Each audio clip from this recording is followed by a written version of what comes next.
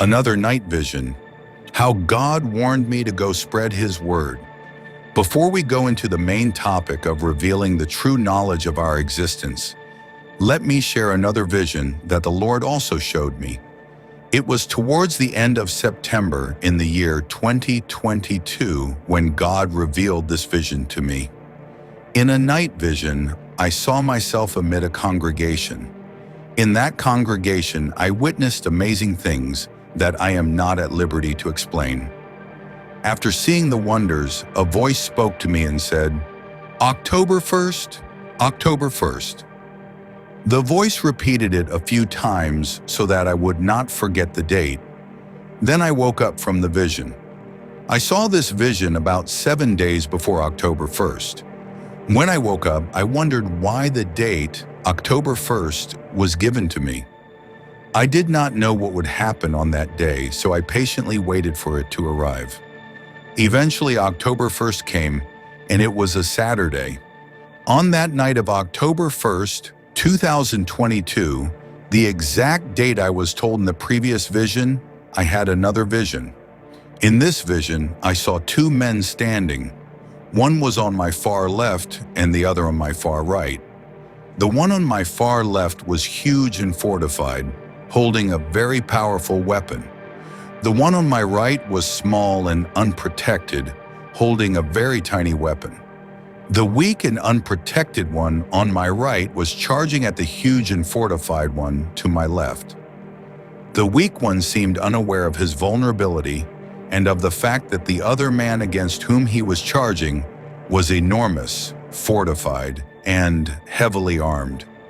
The huge one to my left was simply calm as he watched the weak one approach him with arrogance and confidence.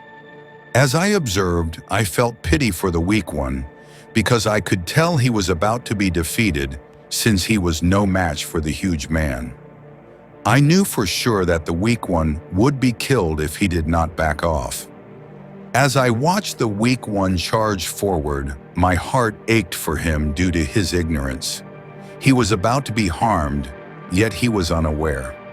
At this point, it became my responsibility to caution him of the impending danger and to dissuade him from continuing as he was heading toward danger blindly.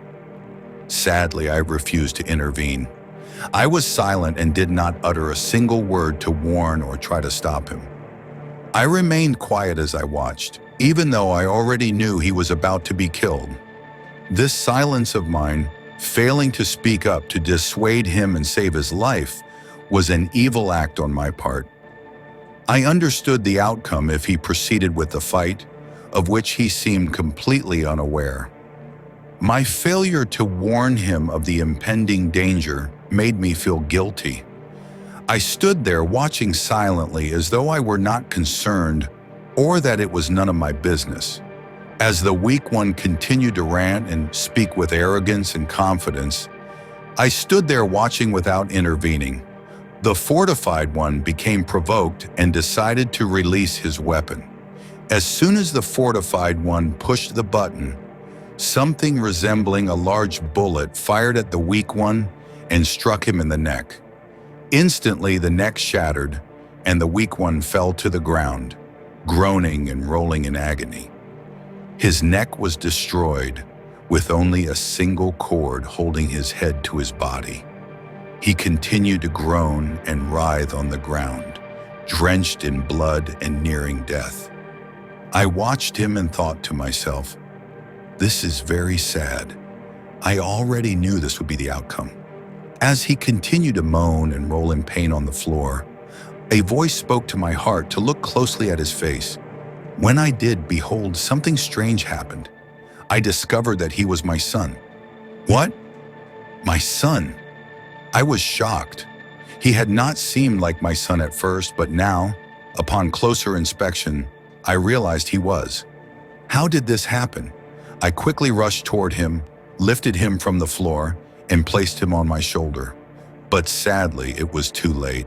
He was already at the point of death. Great regret washed over me, and I was engulfed in sorrow, knowing that I could have prevented this by simply dissuading him with a word, which I failed to do. I had not known he was my son, but now that I realized it, it was too late to reverse the situation. I held him on my shoulder as I wept. "Oh God, have mercy," I cried out to God in prayer, pleading for mercy and wishing that the whole incident could be a dream. I knew that the situation was beyond the doctor's ability, and there was no way forward at this point apart from God's divine intervention. As I continued to cry out and plead for mercy, my son spoke and said, "Daddy, I feel better." Upon hearing that, I cried out to God in tears, pleading for even more mercy. Just as my son was about to call my name again and speak, I opened my eyes. Behold, it was a vision.